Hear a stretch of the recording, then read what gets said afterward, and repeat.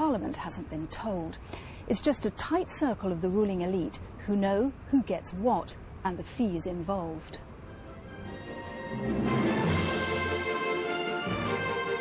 The Hunt oil deal in Kurdistan has got Congress asking questions again. I'm very concerned about it because Mr. Hunt from Hunt Oil was on the advisory committee appointed by President Bush to look at what's happening with Iraq, and suddenly he makes a contract with the Kurds.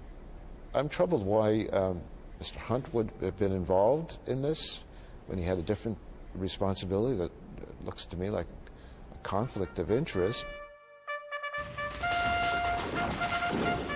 Mr. Hunt has said his ties to the Bush family and the Republicans didn't help Hunt Oil to strike the deal in Kurdistan.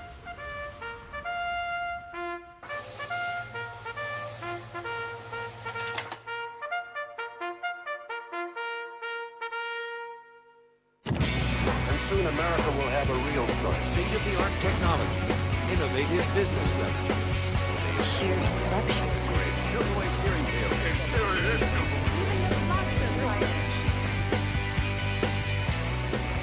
George Bush has only 6 months left to run. Only his staunchest supporters would deny his legacy's been tainted by the failure to rebuild Iraq. While he remains in place, so will those gagging orders on 70 whistleblower cases. They could reveal even more embarrassing details about what happened to the money. So what does Mr. Bush's administration have to say about all of this? We asked the White House for an interview, but they refused. And the Pentagon. And the Justice Department. What about concrete results? How many people have gone to jail as a result of your audits, your investigations and subsequent action? 5 are in prison now as a result of our investigations. We have 50 ongoing investigations. 5 years on, no major private contractor has had to face court for fraud, for mismanagement of substantial amounts of money in Iraq. No, we haven't taken a contractor to court. We do have a suspension and debarment process that holds them accountable. But shouldn't some of these people actually be facing court for what they've done, facing trial for embezzlement, effectively? And if we can develop the evidence that proves beyond a reasonable doubt that embezzlement and fraud occurred, then we will do that. So did the poster boys, Scott Custer and Mike Battles, caught with the evidence of their fraud, end up in jail? Well, they were debarred from military contracts, but they're not behind bars.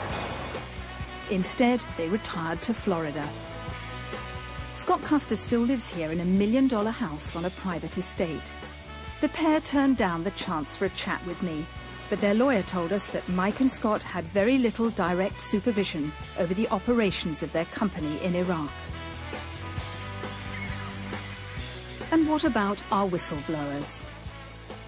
Bob Isaacson had his day in court to see a jury fine Custer Battles $10 million. The judge later suspended the case on a technicality, but it's not over yet. To come out of this war and not prosecute those that are stealing, while the British soldiers and the American soldiers, primarily, and the other coalition soldiers, are dying and being maimed every day, is the most disgraceful thing I could ever think of.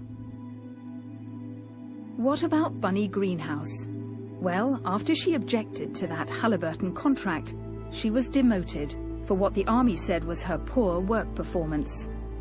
Meanwhile, one of Bunny's old colleagues at the Pentagon moved on to a top job with Halliburton.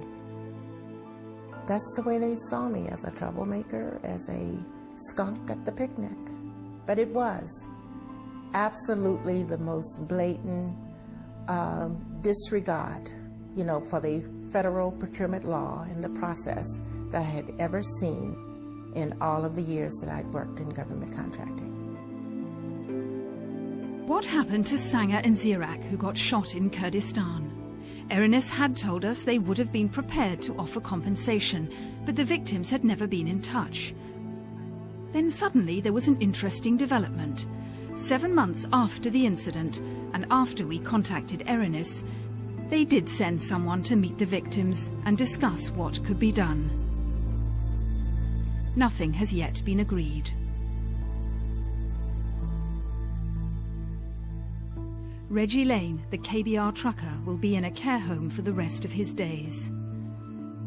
The company offered Linda a Freedom Medal and a $25,000 payment, dependent on signing a legal waiver. She refused and is suing KBR.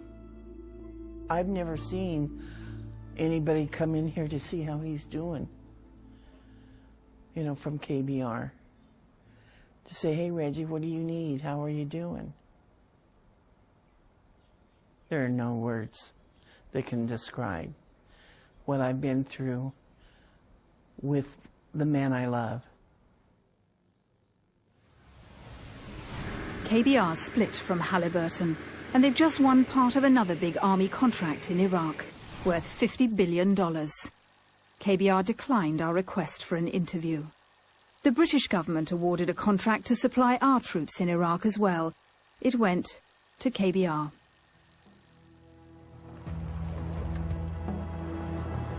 Alan Grayson, the whistleblower's lawyer, will be fighting his war for many years to come. Some would say you've stood for Congress as a Democrat. You have a political axe to grind, and that's why you attack the Bush administration over this question of contract fraud. I think that if anybody, any human being, knew what I know about the war in Iraq, they would feel the same way about the war in Iraq as I do. The only people who have actually benefited from the war in Iraq are the Iranians, Al-Qaeda, and Halliburton. And when people look back on the Iraq war and the reconstruction effort, and they say war profiteering, that's what it was about, the privatization of a war, what do you think? I don't agree. I don't see an agenda that overarched this process, which you would have to assume in order to reach that conclusion. The outcomes there, as everyone knows, have been mixed, but it's taken a while, and it's been a tough process.